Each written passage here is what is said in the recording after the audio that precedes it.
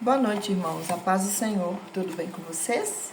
Nessa videoaula, nós vamos continuar conversando um pouco sobre o que é a igreja.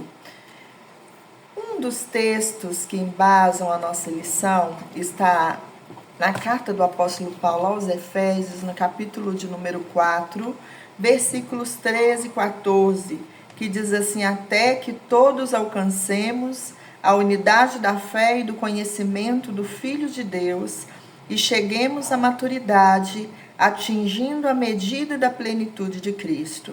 O propósito é que não sejamos mais como crianças, levados de um lado para outro pelas ondas, nem jogados para cá e para lá por todo vento de doutrina e pela astúcia e esperteza de homens que induzem ao erro.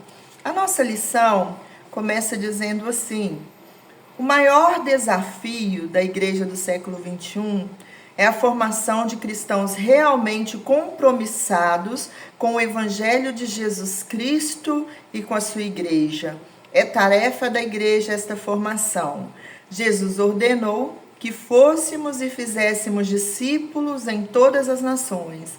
De que modo? Ensinando-as a guardar, a obedecer todas as coisas que Jesus disse, conforme nós falamos na outra aula, e citamos aqui Mateus 28:19. Então, a primeira coisa que nós precisamos entender, e nós já até falamos sobre isso, é que a igreja é muito mais que o templo onde nós congregamos. O templo onde nós congregamos é o lugar onde nos reunimos para buscar ao Senhor, para buscar fortalecimento espiritual, para buscar alimento espiritual. Aprendemos muito na convivência com os irmãos.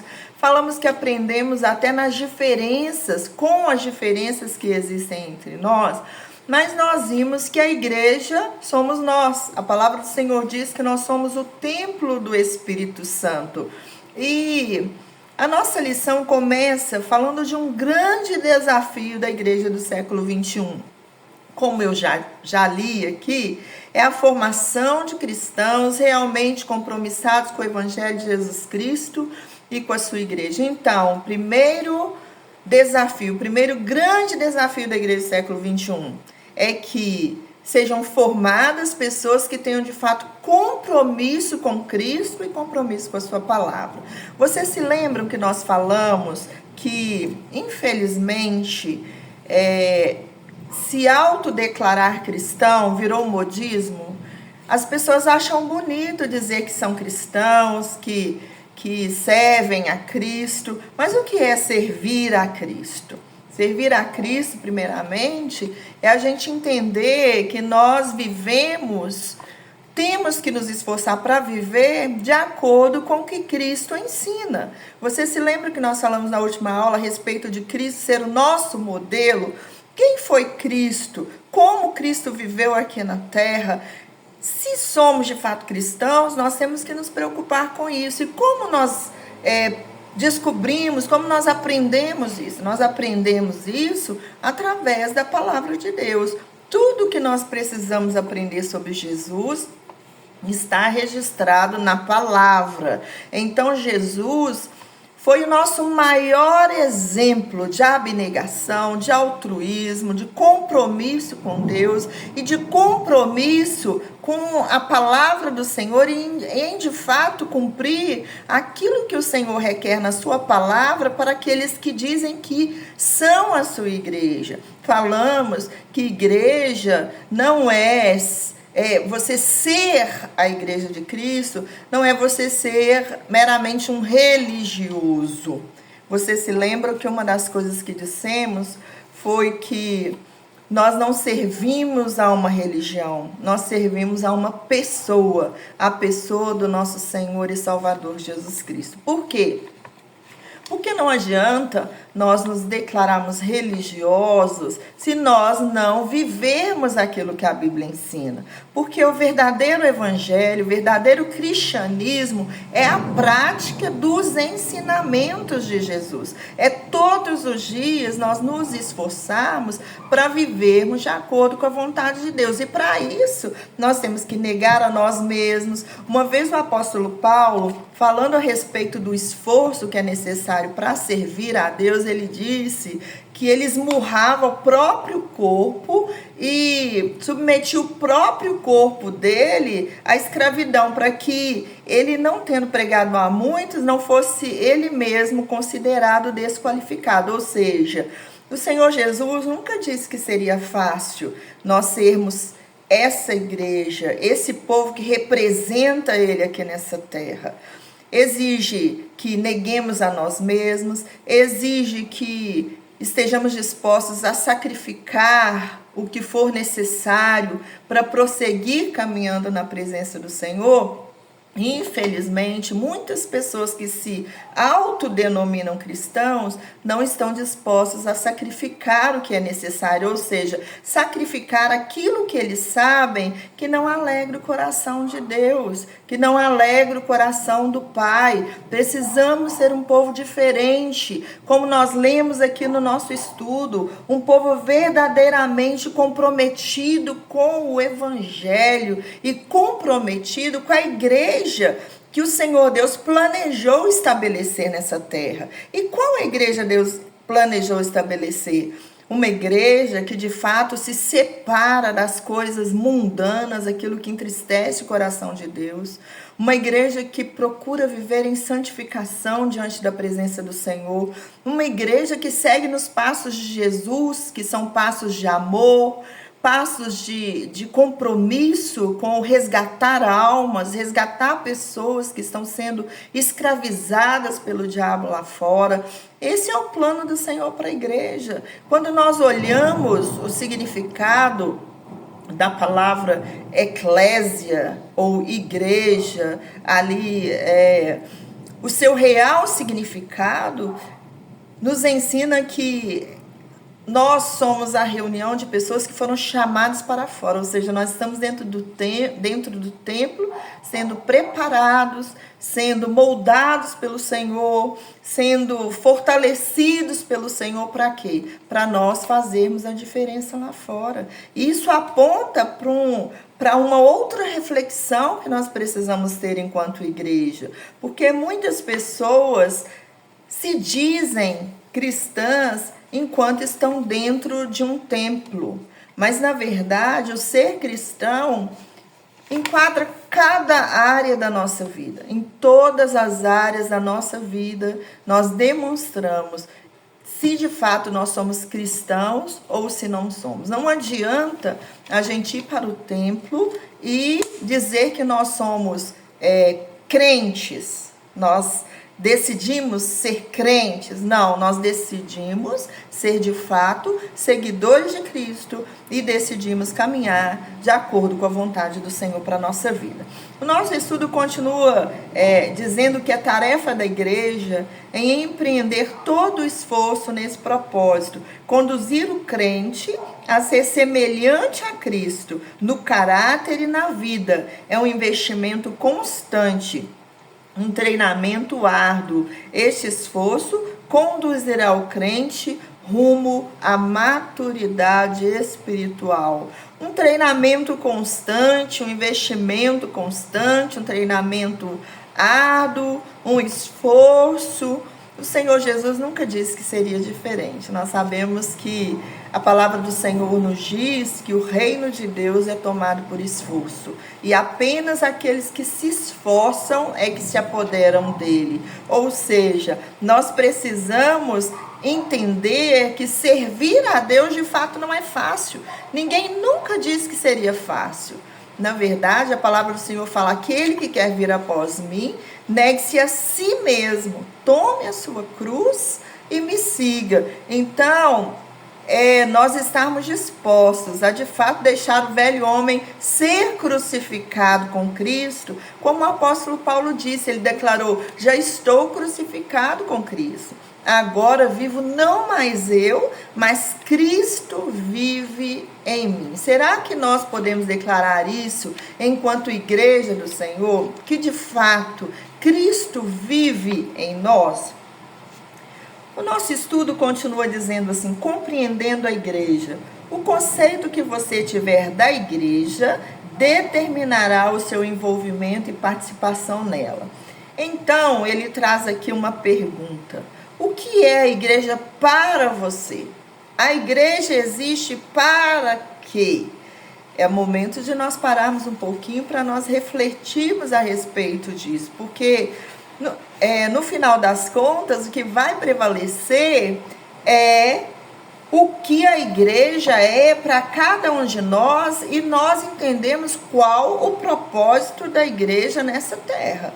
Porque se eu entendo que a igreja é muito mais que um templo físico, e eu sou parte da igreja do Senhor na terra, e nós já conversamos sobre isso, porque tem algumas pessoas que acreditam que a igreja é determinada congregação, e chegam até a acreditar que só vai alcançar a salvação quem faz parte daquela congregação. Não é isso que a Bíblia diz. A Bíblia diz que é importante congregarmos. A carta aos Hebreus nos ensina isso, mas a Bíblia nos diz que serão salvos aqueles que de fato se esforçarem para viverem de acordo com a vontade do Senhor.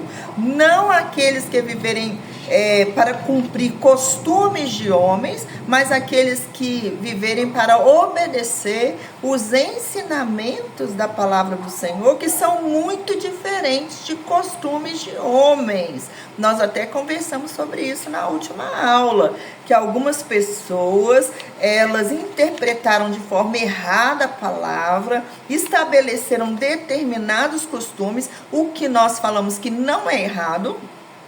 Porque eu querer seguir determinados costumes que não me fazem mal, que me fazem bem, não é errado. O errado é eu dizer que só serão salvos aqueles que seguirem aqueles mesmos costumes que não são doutrina, são ensinamentos de homens. Lembram que nós falamos a diferença de costumes e doutrinas? Doutrina é o ensino da palavra, é o estudo da palavra, é aquilo que aprendemos com o Senhor, é aprendizado da palavra. Isso é doutrina. Por isso nós falamos, enquanto igreja, nós somos sim uma igreja de doutrina. Isso é inegável. Nós não somos uma igreja que cobra que as pessoas sigam costumes de homens. Essa é a nossa diferença.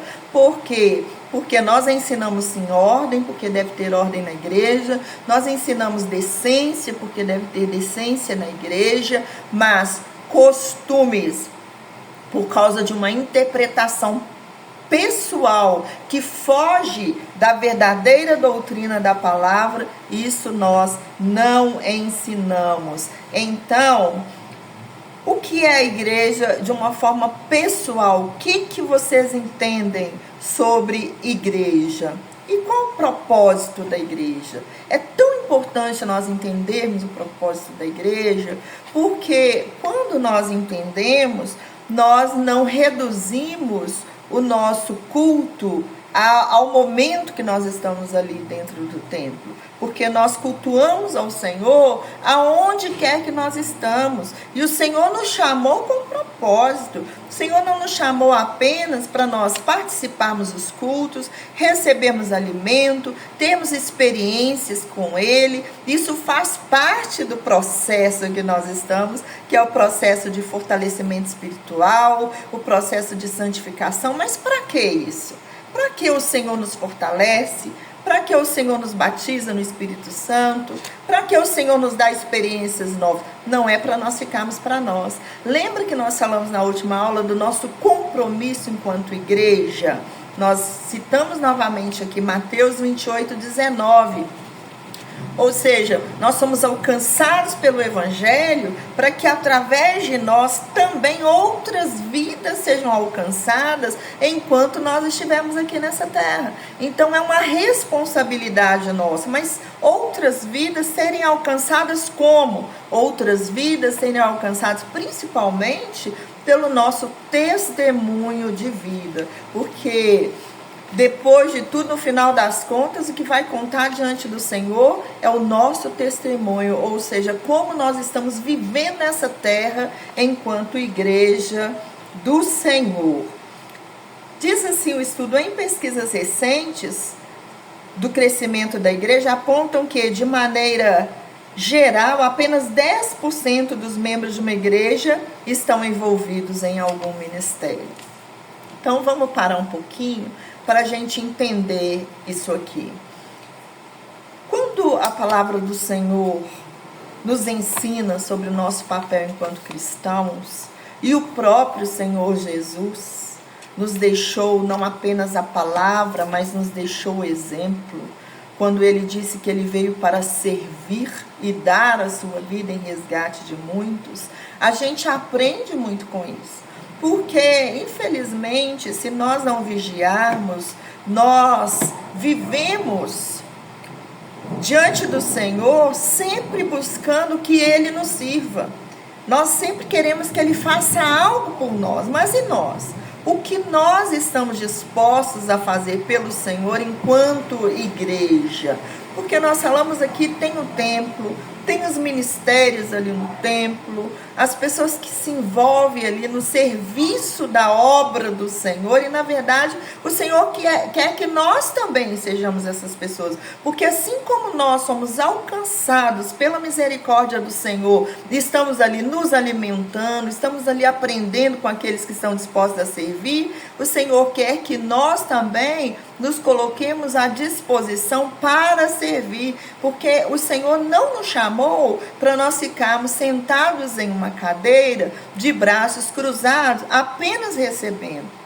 A igreja e a nossa congregação em particular é um lugar onde nós compartilhamos aquilo que o Senhor nos concede. Então nós estamos ali como uma comunidade cristã, como uma comunidade evangélica, e dentro dessa comunidade evangélica, cada um tem a sua importância, cada um tem um papel de extrema importância, seja ele qual for. Talvez o Senhor te colocou ali para você também ser alguém que um dia vai pregar a palavra, ou quem sabe vai estar ensinando a palavra, como eu estou fazendo aqui, juntamente com vocês, e também aprendendo juntamente com vocês.